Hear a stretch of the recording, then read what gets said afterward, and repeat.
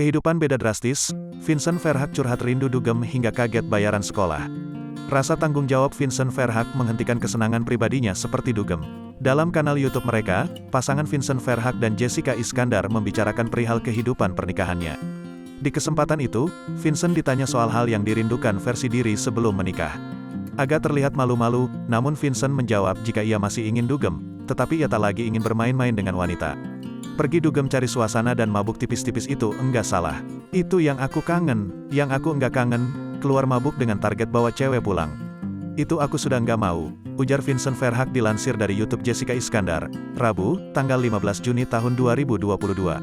Mendengar respon sang suami, Jessica Iskandar lantas memberitahu jika Vincent Verhaeghe tetap bisa bergabung dengan teman-temannya di dunia malam meski sudah menikah. Namun, Vincent Verhaeghe sendiri yang tahu diri dan berusaha membatasi keinginannya. Tapi aku tahu diri, enggak mungkin aku ninggalin istri di rumah sama anak dua terus suaminya dugem.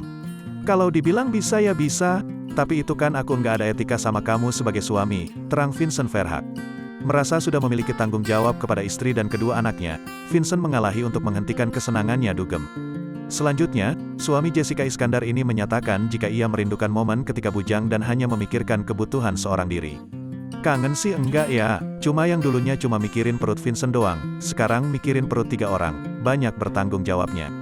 Jadi aku kadang mikir-mikir kayak kaget gitu, jujur Vincent.